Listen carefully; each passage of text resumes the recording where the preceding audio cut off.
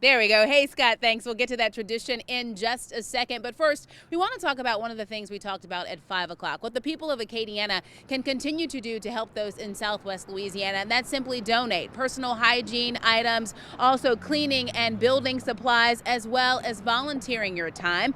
But what about the areas of Acadiana that were affected by Hurricane Laura? Well, the folks here at United Way of Acadiana say they are in what they're calling an assessment mode, as they call it, to see what the greatest needs are for those parishes in particular. We're talking about Acadia and Vermilion parishes. They're working closely with community members to identify the continued needs that are greatest in that area at this point. Well, in addition to the United Way, Second Harvest Food Bank, and other nonprofits in the area churches are stepping up and doing their part to help in recovery. Take in Abbeville, for example, today Freedom World Ministries helping to feed storm victims as well as families affected by the coronavirus.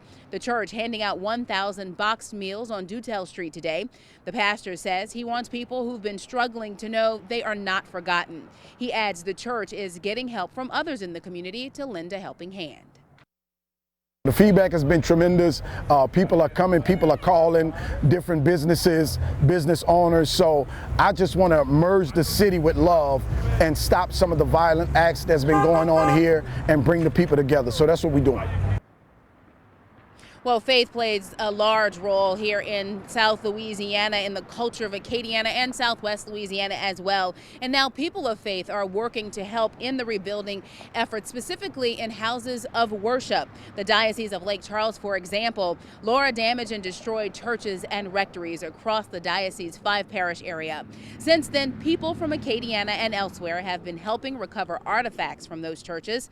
In this video, it was taken 2 weeks ago. Students and parents from St. Thomas More High School helped recover a crucifix from a Cameron Parish church. So what's next for the diocese? Well, that's where our Chris Welty picks up the story. Take a look at this. We're standing in an office here at Christ the King Church, and the roof was completely ripped off. And this is just some of the damage that the diocese is now dealing with. Like much of Southwest Louisiana, the Diocese of Lake Charles is looking to recover. Laura ravaged multiple churches, rectories, and other buildings. Bishop Glenn Provost says 16 buildings are a total loss. Half of those are churches. In this tragedy, we have experienced the love of neighbors helping neighbors, strangers helping strangers. The diocese is working with its insurance company, Catholic Charities, and community partners to begin the cleanup process and to start planning how to move forward. The bishop says in times of tragedy, it's important to keep the faith. God teaches us something very important in every tragedy, and that is that we have something to learn. We have something to be appreciative for. We come to understand what's really important in life. This is just one of dozens of buildings devastated here in the Diocese of Lake Charles. This chunk of brick wall crumbled into the gymnasium.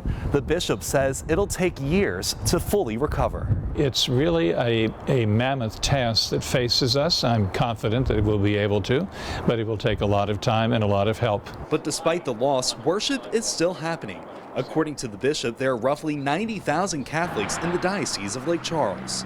Even in the churches which were destroyed, masses are being held and celebrated at other locations. So all the priests are engaged. We do have some priests who are homeless, as it were. They were their rectories were destroyed, and so on, and they're living mostly at St. Charles Center, the retreat house. And if you're interested in volunteering or donating to the Diocese of Lake Charles to help them recover, we have details on our website, KATC.com. In Lake Charles, Chris Welty, KATC TV3.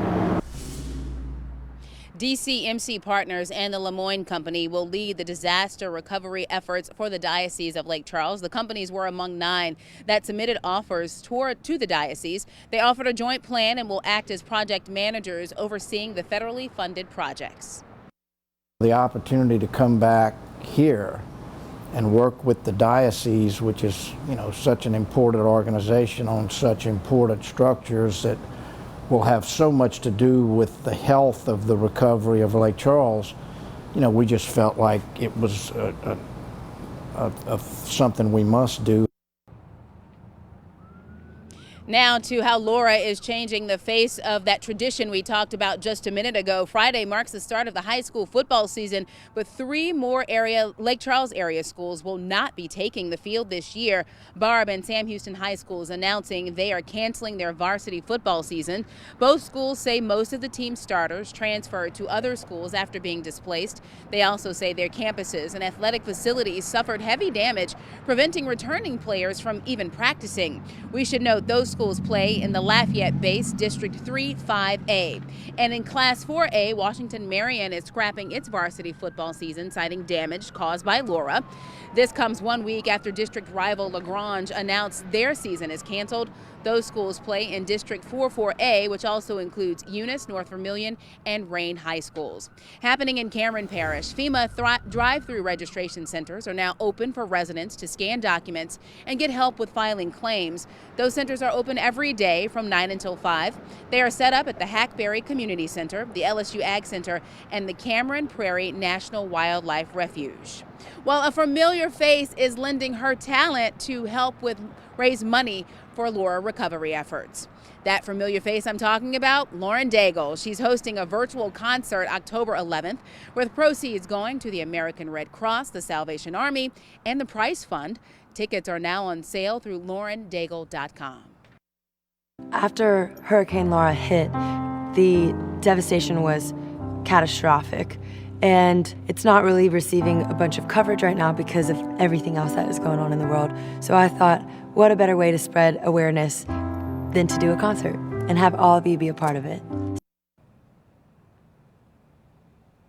Lauren Daigle, a true Acadiana favorite, lending her talents to help in recovery efforts